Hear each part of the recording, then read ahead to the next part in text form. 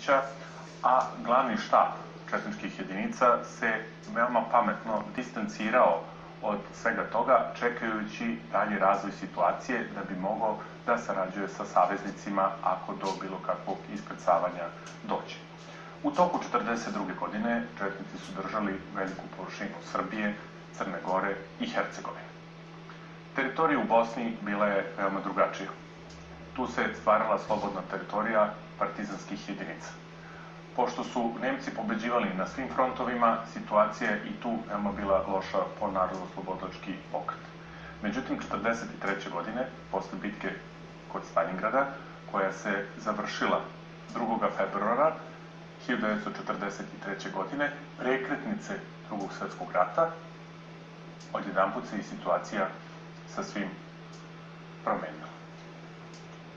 Veoma realno je bilo iskrcavanje saveznika u Italiji, a posle Italije veoma realno iskrcavanje na teritoriju Jugoslavije, na kojoj se nalaze velike slobodne teritorije dva pokreta, i četničkog i partizanskog. Pogotovo što još i preko tajnih kanala, najvjerojatnije nemačka obaveštena služba je saznavala što je to bila Churchillova ideja, udar u meki trbuh Evrope. Ne samo od vojnog značaja za Churchilla, već od velikog političkog značaja je bilo, tu kreću svi zapleti. Kada su stigle informacije za Draže Mihajlovića da postoji mogućnost da se saveznici iskrcaju u proleće 1943. godine na teritoriji Jadrana, naređen je veliki pokret svih jedinica ka Neretvi. Nemci su takođe saznali šta se priprema i unapred pokušavali su da pariraju situaciju. Smislili su dve operacije. Prva, operacija Weiss, belo, i druga, operacija Schwarz, crno. Operacija Weiss bila je pripremljena za uništenje široke, kako su oni zvali, Titove republike na teritoriji NDH i uništenje partizanskih jedinica, a zatim operacija Schwarz, uništenje četničkih jedinica. Nemci su se trudili starom rimskom izrekom zavadi pa vladaj, da sa što manje resursa drže pokorene narode i ako mogu okrenu ih jedne protiv drugih. Barem to u Jugoslaviji nije bilo teško. U Jugoslaviji su ratovali svih protiv svih. Operacija Weiss je otpočela. Januar i mart, od januara do marta 1943. godine. Operativna grupa partizanskih proletarskih divizija sa bolnicom je saterana u kanjone Neretve u blizini gore severno od Mostara.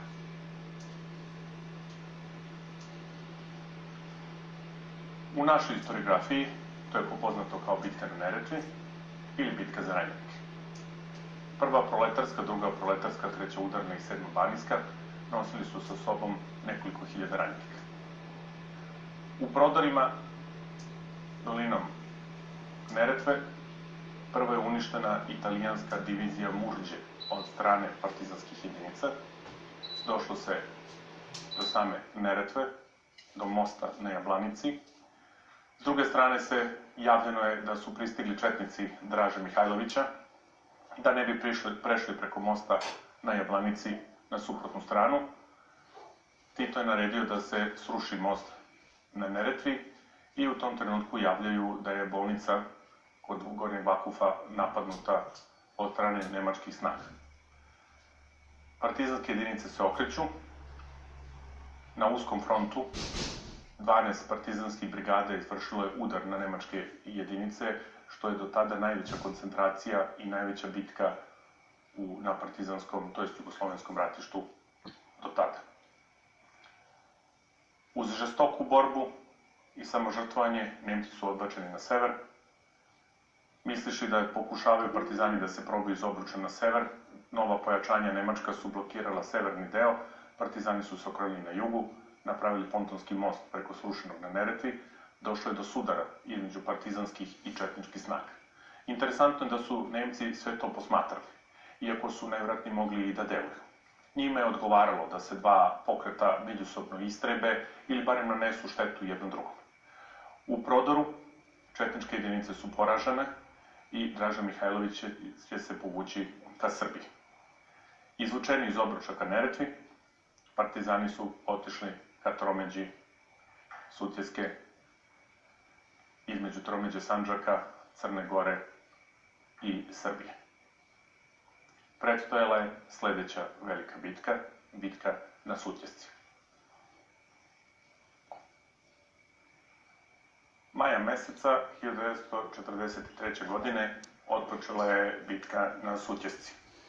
Iako je javljeno pre toga da se nemačke trupe koncentrišu i da može doći do ponovnog obruča, istrpljene partizanske jedinice nisu verovale u to.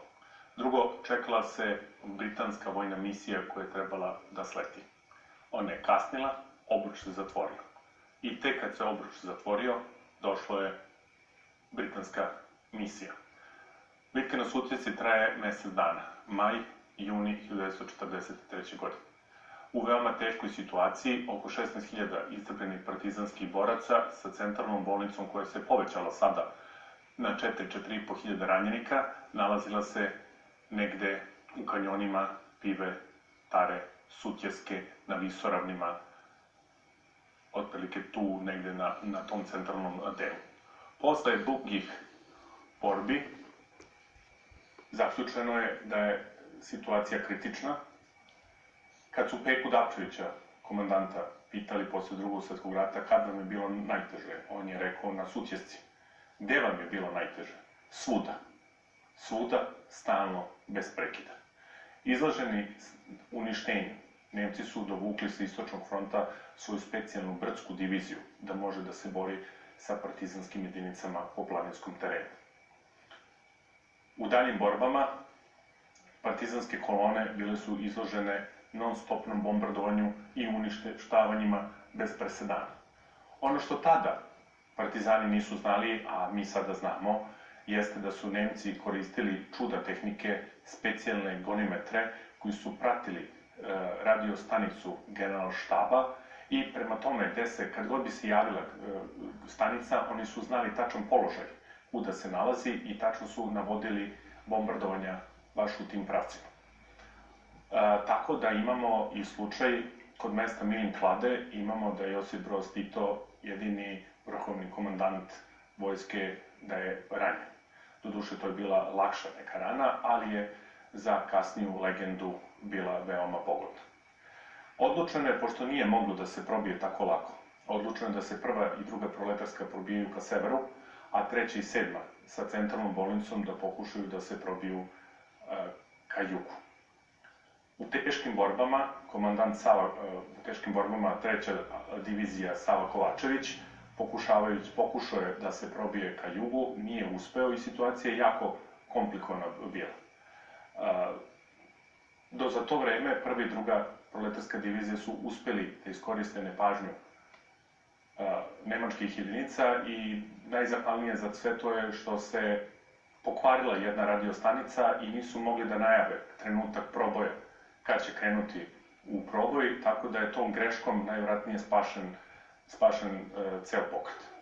U trenutku proboja i prva i druga proletarska su izašle iz obruča, iza njih je na mestu ka putu Foča Kalinovik. Nemci su poslali tenkovsku jedinicu da zaustavi prodor u odlučujućem trenutku, pošto je inače Tito naredio da se svo teško naoružanje pobaca u kanjone Sutjeske i jedinice druge crnogorske proletarske brigade nisu htele da bace jedan protivtenkovski top sa samo 3 granate, namontirale su ga, zapalile prvi tank, drugi tank i treći oštetile. Nemci iznenađeni odakle partizanima protivtenkovska oružja pokušali su da se povuku i to je omogućilo izvlačenje prve i druge proletarske divizije u bitki na Sutjesci.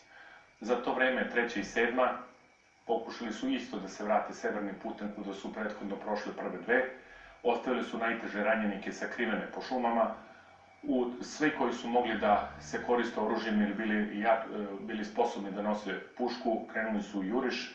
Nemci su zatvorili obruč i došlo je do uništenja 3. delimično i 7. divizije. Svi ranjenici su kasnije pronađeni u obručima, skriveni po zbegovima koji su ostali i pobijeni su. Posle tih velikih borbi, za to vreme dok se vodila borba na Sutjesci, 14. maja 1943. godine kapitulirala je cela italijansko-nemačka armija u Severnoj Africi i Severna Afrika je bila oslobođena. Tako da je sledeća za invaziju bila Sicilija i Italija. I to su Nemci dobro znali. Gubici na Sutjesci su ogromni. Poginuo je svaki 3. partizan koji učestvuje u borbi i uništena je cela centralna bolnica. Nadalje, odjedanput Narodno-oslobodilački pokret je dobio masovno je narod počeo da prilazi na njihovu stranu. Pogotovo u mesecu julu, avgustu i septembru broj partizanskih jedinica je maksimalno narastao i povećao se. 5. jula otpočela je velika Kurska bitka, tako da je za Nemce sve krenulo na nizbrdo. Posle velikih poraza u Sovjetskom savezu, posle velikih poraza u Severnoj Africi, posle iskrcavanja saveznika Siciliji i Italiji, Italija je 8. septembra 1943. godine kapitulirala je Italija. I to je došlo do strašnog promene na jugoslovenskom ratištu. I Nemci i partizani trudili su se, znali su već unapred 2 meseca ranije da će doći do kapitulacije Italije i da će oblasti koje drži Italija morati da se preuzmu od Italijana. Došlo su do trke između nemačkih i partizanskih jedinica ko će razoružati više italijanskih divizija i snabdeti se sa više materijala, borbenog materijala. Većinu borbenog materijala uzela je Nemačka, međutim, čak su cele italijanske jedinice prešle na partizansku stranu i nastavile borbu sve do Drugog svetskog rata. Zauzevši sada veliku teritoriju koju su Italijani nekada držali, partizanske jedinice su postale veoma ozbiljan faktor na teritoriji Jugoslavije. Presudan deo je novembar i decembar 1943. godine, kada je održan sastanak Velike Trojice u Teheranu. Za nas najbitnija stvar je bila ta što je bio veliki preokret na jugoslovenskom ratištu, zato što je jugoslovenska strana priznata kao ratujuća strana i morala je podhitno da se pomogne vojno, ekonomski i politički, pa čak i vojnim operacijama koje su išle zajedno sa svom tom pomoći. I takođe, jedna od glavnih odlika Teheranske konferencije, da se sledeće godine, 1944. godine, bit će otvoren novi zapadni front, ono što se očekuje, što se i očekivalo još od napada na Sovjetski savez. Iskoristivši ovakvu situaciju, 29. 30. novembra 1943. godine, evo to imamo upravo i na ovom snimku, u Jajcu, održan je drugi AVNOJ, antifašističko veće Jugoslavije. Uzeto je, odluke su da se stvara nova država, da se priznaje 5 naroda, da se stvara budućih 6 republika, da će u novoj zemlji imati prava, imaće svoje mesto pod suncem, tako da zabranjuje se povratak kralja Petra II. U domovinu i vlada u Londonu se ostavlja odlukama AVNOJ-a bez ikakve vlasti. Naravno, to je isto momenta kad se pročulo kakve su odluke, četnici Draže Mihajlovića, građanska klasa i ostali u Srbiji januara 1944. godine održavaju Svetosavski kongres u selu Ba, na kome kod Ljiga u selu Ba kod Ljiga, u kome potvrđuju vlast kralja Petra, jugoslovenske vlade, traženje da se bilo kakve promene odlože do posle Drugog svetskog rata, gde će demokratskim putem i glasanjem da se odluči kakvu državu žele svi narodi Jugoslavije da žive, da se omeđi specijalno prostor srpskog naroda kao naroda koji je najviše nastradao u Drugom svetskom ratu i ostalo. Ali odluke u selu Ba su bile zakasnele, a situacija će ih takođe i osporiti. Vreme je neumetni činilac i sve što nekada radimo odjekuje u tom vremenu. U julu 6. juna, to je u leto 44. u proleće leto 44. godine, Sovjeti su izveli veliku ofanzivu Bagration i uništili centralnu grupu armija Centar na istočnom frontu. Približili su se Varšavi. 6. juna 1944. godine izvršena je ofenziva, to je iskrcavanje saveznika u Normandiji Overlord, to je gospodar, i za Nemce su sve stvari krenule veoma lošim putem. Tako da partizanske divizije, potpomognute novim oružjem, engleskom opremom, američkom opremom, u leto 1944. godine pripremale su prodor i ulazak u zapadnu Srbiju. Na putu u zapadnoj Srbiji nalazile su se velike jedinice Draže Mihajlovića, velike nemačke jedinice, bugarske jedinice i ostalih kvislinških jedinica, koje su silom prilika iznenada neprijatelji sa i levog i desnog kraja morali zajedno da se nađu u istim rovovima u borbi protiv partizana. Veoma je bitno povlačenje nemačke armije E, koja se nalazi u Grčkoj i koja broji 350.000 vojnika koji su od velikog značaja za odbranu južnog dela Rajha. Hitler pokušava da ih povuče preko Grčke, Srbije, ka Beogradu, da bi prisustvovale, da bi bile spremne za odbranu Budimpešte ili Rajha. Partizanske jedinice su dobile zadatak podhitno da se preseče to povlačenje, da se zauzme dolina Morave, a za to vreme su sa istoka nadirala je istočna velika crvena armija. Molimo vas, što se tiče domaćeg zadatka, da svako od vas po želji da napiše, opiše jedan događaj iz Drugog svetskog rata ili jednu bitku iz Drugog svetskog rata koja mu se sviđa. Ne mora to ništa veliko da bude, ali ono koliko ste, pokušajte sami, onoliko koliko ste zapamtili, da stavite na papir i da napišete, a ako želite još nešto da pogledate, imate na History channelima ili na RTS-u imate izuzetno dobre emisije o Drugom svetskom ratu, o ratu u Jugoslaviji, koji možete svaki dan da pratite. Za to vreme možete takođe redovno perite ruke, sedite kući, uživajte, pratite nas na ovim kanalima i nadamo se da ćemo svaki sledeći čas biti sve interesantniji i interesantniji. Samo bi teo još samo da ponovimo najbitnije stvari koje smo do sada uradili i lepo kako smo napisali događaje u Evropi i svetu da se poklapaju sa događajima iz istorije Jugoslavije, jer su oni uzročno-posledično povezani. 2. februara Stalingrad 1943. godine i januar-mart 1943. godine bitka na Neretvi. U maju 1943. godine Severna Afrika, u isto doba maj-juni operacija Švarc Sutjeska. 5. jula bitka kod Kurska, 10. jula 1943. godine iskrcavanje u Siciliji i 8. septembra 1943. godine Italija je kapitulirala. Za to vreme, juni, juli, avgust 1943. godine, naglo narastanje narodno-oslobodilačkog pokreta na teritoriji Jugoslavije. Novembar, decembar, Teheran, kod nas 29. i 30. novembar 1943. drugo zasedanje Avnoja, Jajce u Bosni.